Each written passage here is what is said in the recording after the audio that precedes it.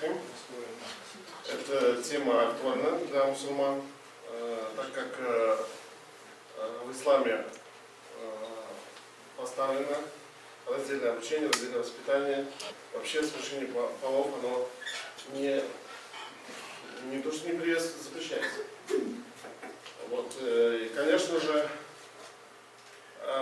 россиянам, мусульманам нужно что-то предпринимать, чтобы создать условия воспитания, образования своих детей в рамках и закона Российской Федерации, и в рамках своей религии, чтобы это не противоречило ни закону, ни религиозному постулату. Вот, поэтому мы решили изучить некотором образе эту тему. Если мы заглянем в историю Российской Федерации, то до Советского Союза обучение было раздельным. Что в религиозных учебных заведениях, что в нерелигиозных учебных заведениях, например, ученики гимназии, мальчики, девочки, они учились отдельно. Следующее. И вот, например, Мадраса Галия Шакирды, это вот Ишмуби, мадраса выпускницы или ученицы, да? Мы видим, что у них фото раздельные, то есть обучение шло раздельным типом. С приходом Советского Союза, после революции, ситуация изменилась.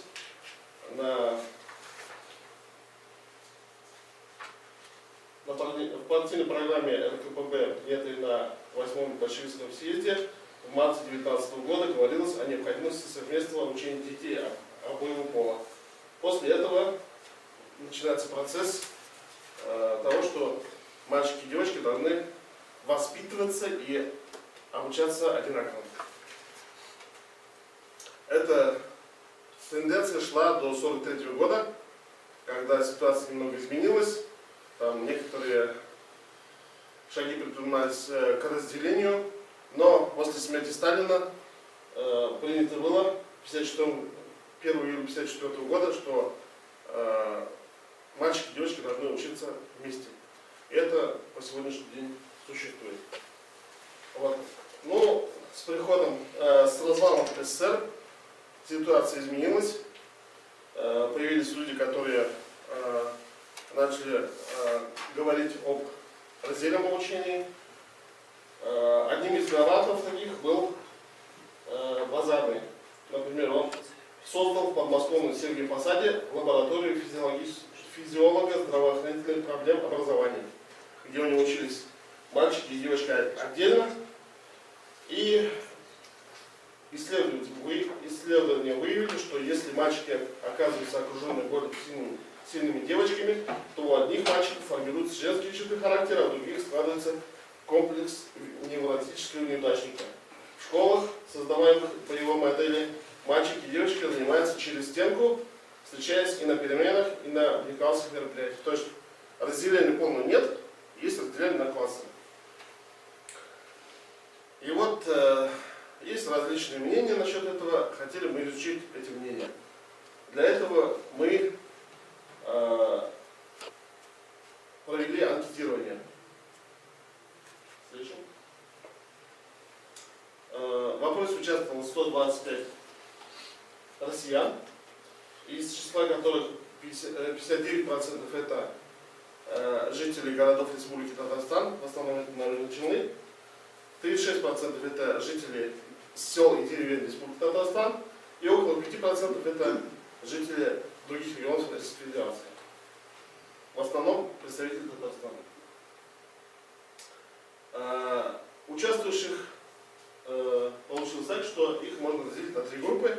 Это директора и учителя школ, образовательных учреждений, общеобразовательных учреждений. Вторая категория это родители. И третья категория это не относится ни к родителям, ни к учителям. То есть или бывшие родители, или еще дети не учатся в школе. Итак, к результатам, если подойти, то 28% это учителя, 39% это родители, 32% это 33% это не родители и не учителя. Следующее. Что касается учителей, то 40% из них согласны с тем, что обучение должно быть разделено. Ну, из опрошенных. Понятно, что здесь объем не такой, чтобы говорить о мнении во всей Российской Федерации. Но тем не менее, эти мнения показывают мнение жителей Татарстана и особенно Прикамского региона. И среди учителей были на вопросы, почему вы считаете необходимым раздельное обучение мальчиков и девочек, были такие варианты ответов со стороны педагогов. Девочки и мальчики различаются в физическом, духовном, психологическом развитии. Воспитание мальчиков и девочек отличается друг от друга.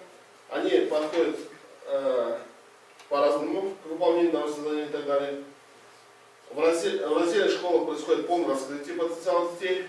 У детей нет страха перед негативной оценкой противоположного пола, снижается агрессия внутри мужского коллектива. Педагогу легче выбрать специальные приемы для улучшения качества образования. Мировая практика показывает успешность данного вида обучения. Такие школы нужны как минимум, чтобы дать возможность строить программы, основываясь на гендерном обучении. Сам обучался и в совместной, и в раздельной школе. Намного больше пользы было от раздельного обучения. Девочки перенимают мальчиков качества, свойственные мальчикам, а мальчики наоборот. Нужно отметить, что те, кто выразить положительность раздельного обучения мальчиков и девочек в школе, сами задействованы в школе раздельного обучения.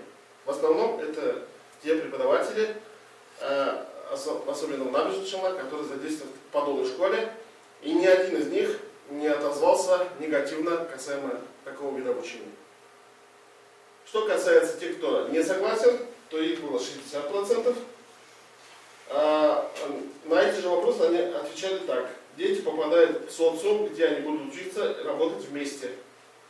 Наверное, для кого-то нужны такие школы, родители разные бывают. Некоторые мальчики влюбляются и начинают учиться лучше. Нужны классы и раздельного, и совместного обучения, исходя из религиозных принципов. Есть смешанные браки. В религиозных классах раздельно, в светских вместе, так как скажется на отношении слабых и сильных. Сложно ответить на вопрос, так как не было опыта преподавания в раздельной школе, может быть, не нужны. Обратив внимание на ответы данной категории опрошенных, ответивших в пользу совместного обучения мальчиков и девушек в школе, можно сделать вывод о том, что многие из них не категоричны в своих высказываниях, а по причине отсутствия практики работы в раздельном обучении не могут сделать определенные выводы. То есть нет практики. Следующее. Что касается родителей, то 53% из опрошенных они за раздельное обучение, 43% против раздельного обучения и 4% говорят, что хотят обучать детей дома, вообще в школе.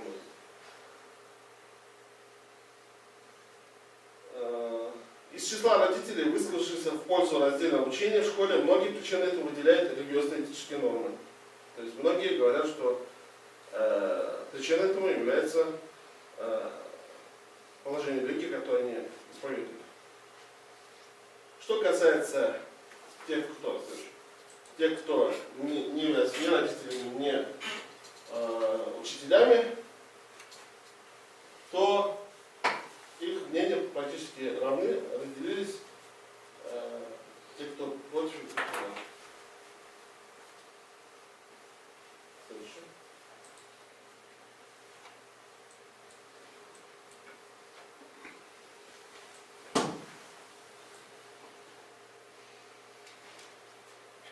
Посчитав все результаты, мы выяснили, что из 120 человек, участвующих в анкетировании, 66 человек определили бы своего ребенка в школу раздельного обучения.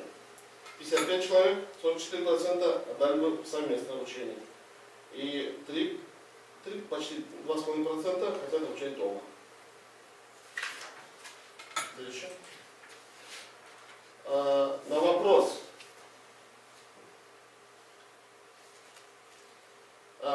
Из 125 человек 39% говорят, что мальчики и девочки должна быть раздельная школа.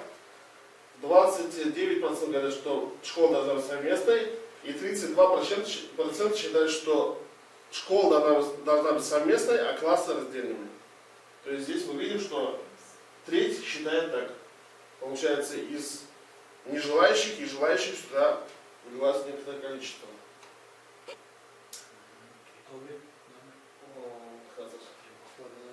Ну,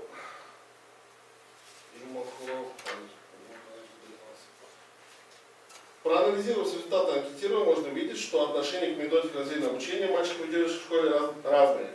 Из числа опрошенных больше половины поддержали эту идею и относятся к ней лояльно. Многие из участников опроса не имели дела с подобной методикой преподавания.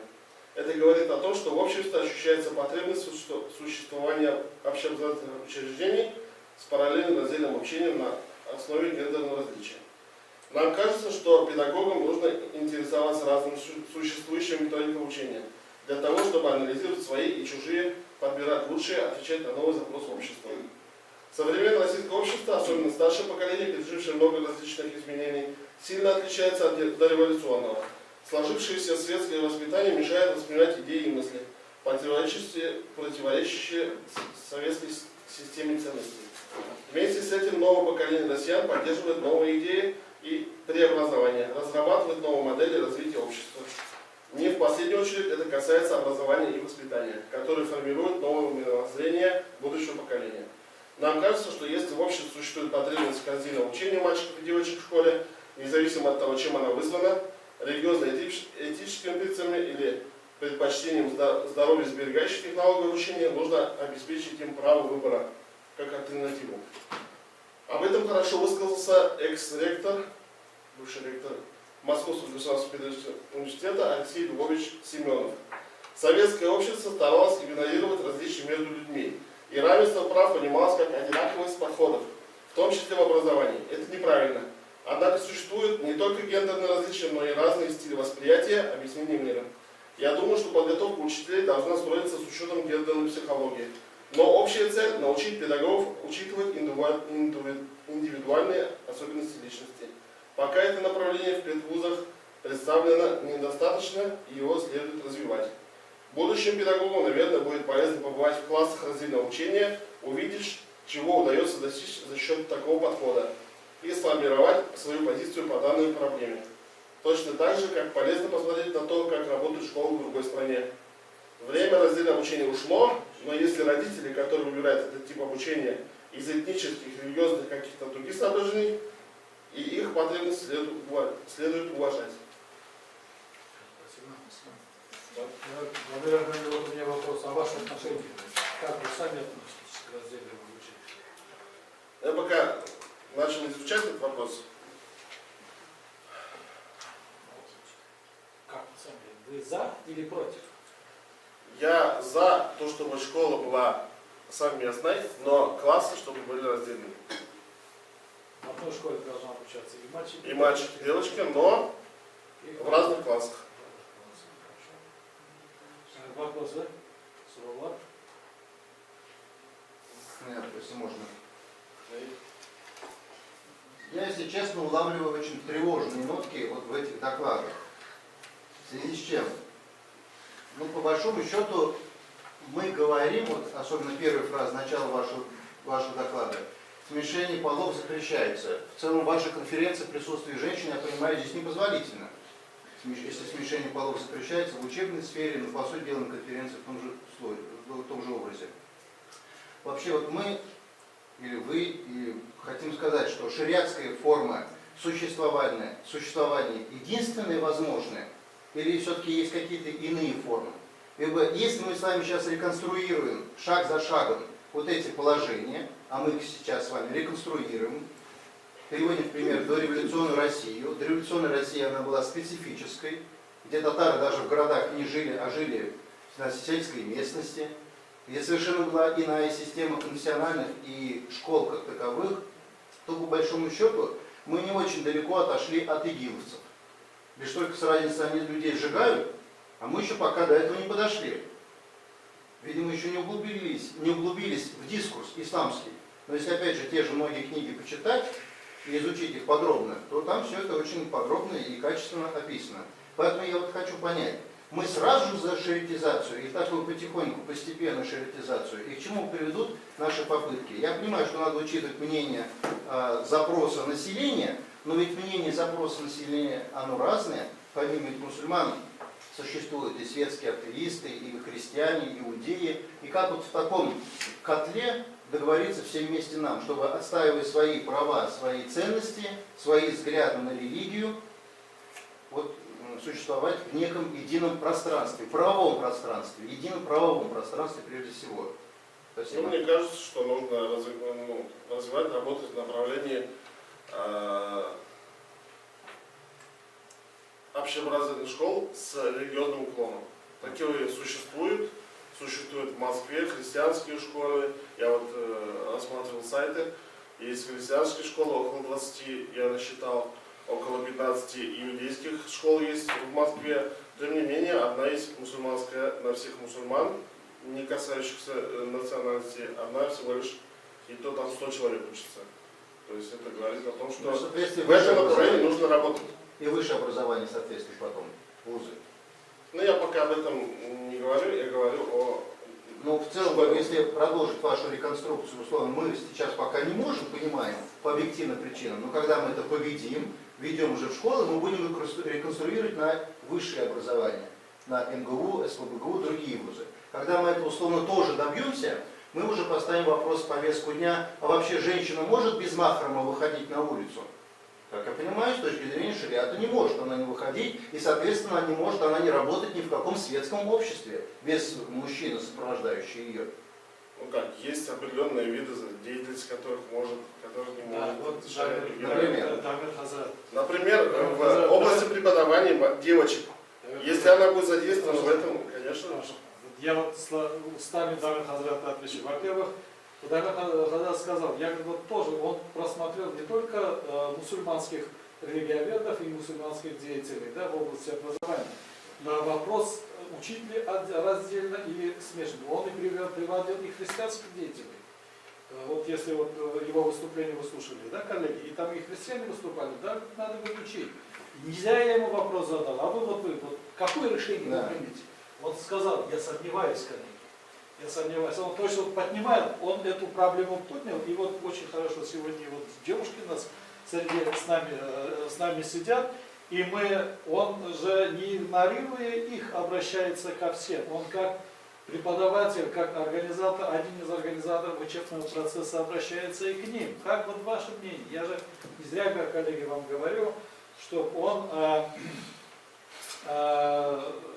что вы включались вот в эту беседу, вот, высказывали свое мнение, и должно быть вот какое-то решение всех после нашего выступления.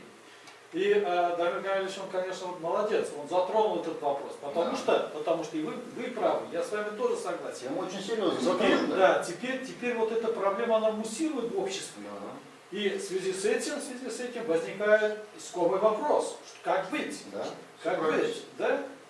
Вот. Носить паранджу или не носить паранджу? Да. Хотя богословы говорят, паранджа на лице это еще не паранджа, паранджа должна быть сердцем мусульманина. Так сказано. И поэтому здесь четко он сказал, он спрашивает, вопрошает к нам, что, как нам быть, как достраивать, как вот уйти от этих резких поворотов в исламе, в образовательной деятельности.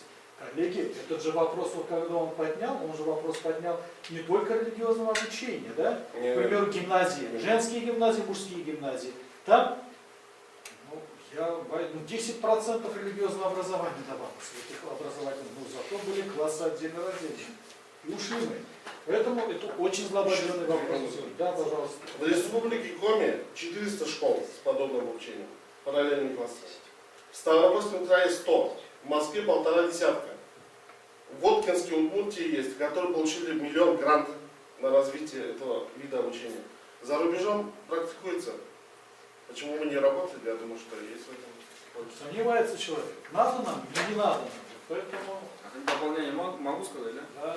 Да, зачастую у нас вот даже взять вышестоящих вот людей, которые там, пусть быть олигархи, да, например, там те, которые стоят в правительстве, сидят непосредственно. Зачастую их у них дети учатся за границей, и именно раздельно у них обучение идет, то есть отдельно девушки, отдельно мальчики. И тут надо отметить тот факт, что здесь идет психологическое, нравственное воспитание именно детей, а не все-таки взрослых. И когда же все-таки дети развиваются, они должны, в общем плане взять то, что мужчина, мальчики отдельно учиться должны и девочки отдельно. Потому что получается так, если же все-таки мальчик с девочкой будут учиться вместе, то получается так, то, что и мальчик будет задействован в процесс обучения, там, например, тому же самому рукоделию, да? Та же самая девочка будет задействована в процесс обучения именно там, пусть урок труда, например, у мальчиков. То есть это как бы у нас получается смешивание идет каких-то учебных процессов. В данном случае тут и чтобы для морального развития, также психологического, также и учебного, раздельно способ обучения детей приветствуется, мне кажется. Это наша точка зрения. Да.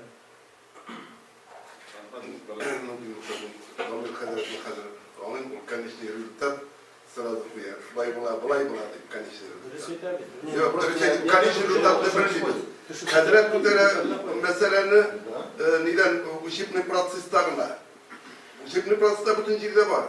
Біз бітер конечный результатны білмейміз. Олар оқысынlar, олар оқыға көтере оралашқа шундай тәрбие алға шундай. Олар будут решать.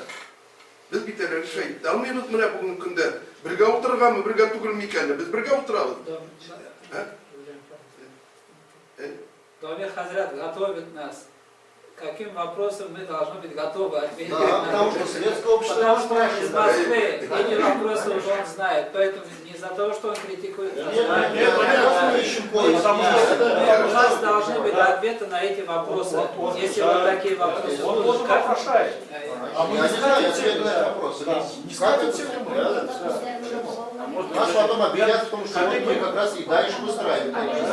Это не только исламские религии, это и христианство своих касается. Абсолютно. Всех нас касается. Можно еще вопрос? Вопрос там звучал, обучение на дому. Вот как раз сейчас с этим большая проблема возникает. То, что если раньше... Коллеги.